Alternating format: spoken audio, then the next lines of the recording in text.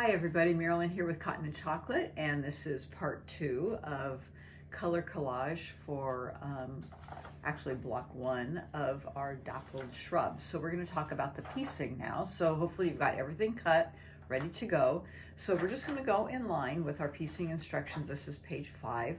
So the first thing that we're going to do is our sewing of our 2 strips of our blue framing and our peacock solid strips, those 2 strips that you made. So you're going to sew both of those together, and you're going to press towards your blue framing strip. Okay, so those were those 2, and I believe they're 2 in oh, what were they? They were the 2 strips of 2 3/8. You have 2 strips each. You're going to sew both of those together, press towards the 2 framing, and then you're going to cut those out in 2-inch segments, and you need a total of 16 2-inch segments. Okay, and then just when you're cutting those, when I'm measuring those, just as a little tip, when I'm measuring them, I measure off of the middle rather than the bottom, just because sometimes they get a little off kilter. So when I'm cutting that, I already have that edge cleaned off. I'm cutting off of that segment there to keep it straight. And then every once in a while you need to do a cleanup strip to keep straight in case it gets a little cockeyed all the way down. So you need both strips to get your total of 16. So you'll cut 16 of these 2-inch segments. Okay, so I'm going to set that aside. I have some already cut. So you'll go ahead and do that for getting your strip, and those go right here. Those are those little segments here. So you need 4 for each block, and you're making 4 blocks, thus you need 16. Okay, now we're going to jump down here and make our half square triangles, and those are those 3-inch ones. We changed from cutting them at 2 3/4, only because I want you to make them a little bit bigger so that we cut them down to size. So you have 8 each of both the lime and the peacock, and you're going to I think it's easier to draw on the line because it's lighter, so it's the light side. And I do use my Quilter's Magic Wand, and if you don't have them, we do have them at the shop. And these have a little laser cut line down the middle for drawing your line, and they're a 1/2 inch strip, so they're a 1/4 inch on each side of that laser cut line. And I'll draw on the wrong side of my line, and what I do is I put that laser cut line from point to point, and then I take, actually I use a fabric pencil, so this is a Sew Line fabric pencil. So you should use a fine line pencil so that you keep that nice accurate line on each side, and I'm drawing a line on each side using my Quilter's Magic Wand. What's the difference between drawing a line in the middle and then using your 1/4 inch foot to sew? I think that it's more accurate, because sometimes when you're using that 1/4 inch foot, it gets a little off kilter. Okay, so here you're having a line that directs you exactly where to sew, and then you don't have to use that 1/4 inch foot to direct you. So I always find that it's more accurate. And I love the Sew Line fabric pencils rather than using a mechanical pencil. They're made for fabric. So once in a while I have to mark something on the top of my fabric for accuracy or lining things up. They do, if you need to erase that line, there's a eraser on it, and then they will come out if you dab it with water, or it will come out in the wash. So keep that in mind if you need a pencil. They come in a white for dark fabrics. They also come in other colors. I have a white one, and then I have a dark lead. So just keep that in mind if you're needing something to mark your fabrics. I really like those Sew Line pencils. Okay, so I've marked all of my lime, and then I put them right sides together. Of course, there's really no right or wrong side with the solid, and I put them together, sandwich them. I'm sewing on the line, and then cutting down the middle, opening it up, and then I am pressing towards the peacock for my half square triangles. Now these are oversized. You need to cut them down to a 2 3/8 inch square. And here comes my block, or you can use a regular square, but I do like the block. We are going to be doing a lot of cut downs in this quilt, so I did recommend the block. I'm using the 6.5 inch so I can use it with a variety of squares. I use the bigger size so my fingers don't get close to my rotary cutter, And so here I have pressed towards my darker solid. So this is kind of like, I call this the hill because it's higher, and the valley because it's lower. In the valley, it's lower, and that's where your emblem goes. So lock is low, this is high. And so you're going to slide that right into the seam. And so this will be your first cut. And so it's about at 2.5 inches, and I'm going to cut off that first excess.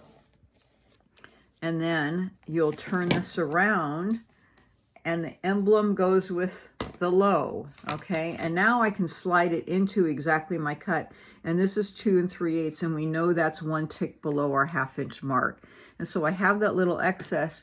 So is this an extra step to making your half square triangles? Yes, it is. But you know what's going to happen?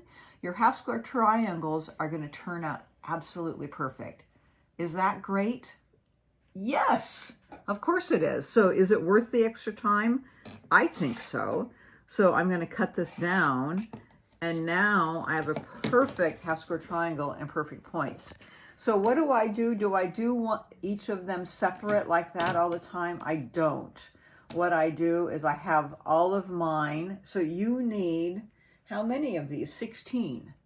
Why? Because there's 4 in each block. And why? We've already been through this. There's 4 blocks, so it's 16. Okay, you get it. All right, so I do all 16 this way. 16 cut this way, because you know what? There's accuracy in doing the same thing consistently all the way through. I do 16, cut them down this way, and then I turn all 16 and turn all 16 and do them that way. I keep in mind, I know where I'm at, and then they're all done just accurately all the way through. Okay, so am I quick about things? Maybe, but I'm just doing things consistently all the way through. So you have to get your 16 half square triangles cut down to 2 3/8. Okay, so I have a few of them done already. I'll put these to the side.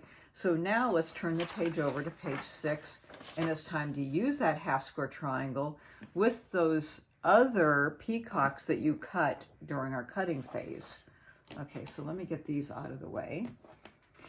Okay, and I'm going to move this down. So when I'm laying these out for piecing, I'm going to follow the picture, but it's a really good idea to lay them out for yourself so you don't get confused about what you're making. So this is what it looks like. Okay, that line is facing towards me, and these 2 triangles look like this. And sometimes it's easy to get yourself confused. So lay them out in the right way, and once you're convinced that this is how it looks, lay them all up this way. You need to make a total of, 16? Oh, that sounds familiar. Why? You know why. Okay, so, but a lot of times I make 1 just to make sure that I know what I'm doing and I feel good and comfortable about the process. After I make 1 and then it looks good, then I'll go ahead and make the other 15. Sounds good?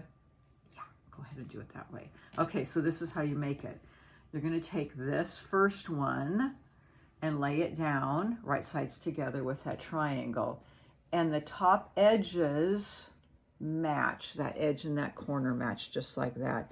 And you're gonna sew down this line. You're gonna have that little point sticking out. That's your 1/4 inch point. Okay, so you see that? Lay that down, fold that over, line up that edge, and sew that down here. So I've done that already for you. I've sewn that. I'm going to press towards that added triangle. Press towards there. And then I'm going to cut off with my ruler. After I've pressed it, I'm going to take and cut off that point. Okay? So now I have that cut off. Okay, so now we have this. I'll just lay that in place of that. And now we have this point. Okay? So how do we do that? We're going to take that and put right sides together, and that lines up nicely with that corner, and we have this point laying out, and that's our 1/4 inch edge there, and sew that. Okay, so I've done that right here. I've sewn that on, and I'm going to press towards that triangle, and hopefully that looks like how you started, and you will have that little point to cut off there. Okay, so I'm going to press that out. All right, and then this is going to match up with your lime triangles that you cut during your cutting phase. And these should, if everything's working out nicely, match exactly with that. You'll have cut off that little point there, and I will stick a pin, excuse me. These would be pressed out, but I would match it up in the center, and I would stick a pin right in here in the middle, get those lined up, raw edge to raw edge nicely, and then I'll sew along here.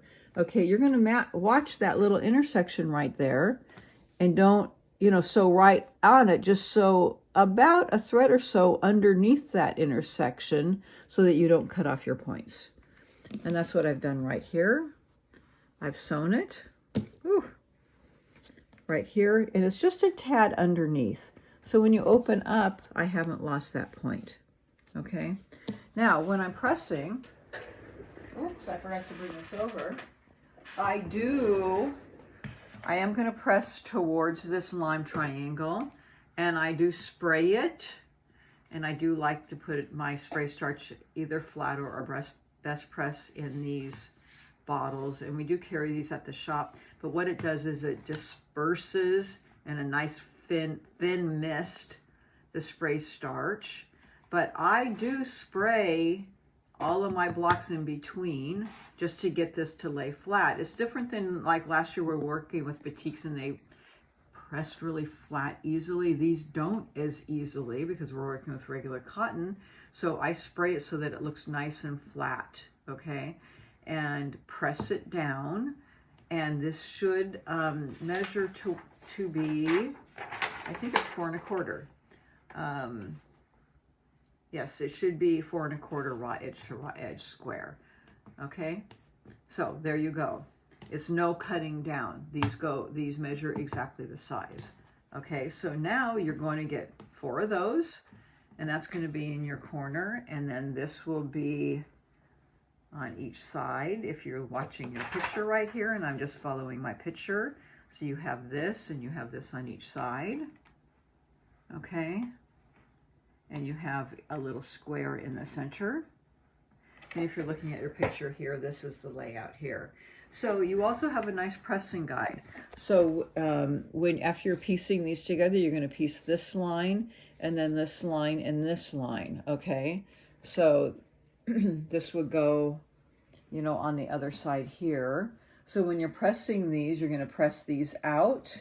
You're going to press this block in, and then this block in. Okay, so you have your pressing guide here, so it's really easy to show the pressing. And when you're finished, this should finish at 9.5 inches raw.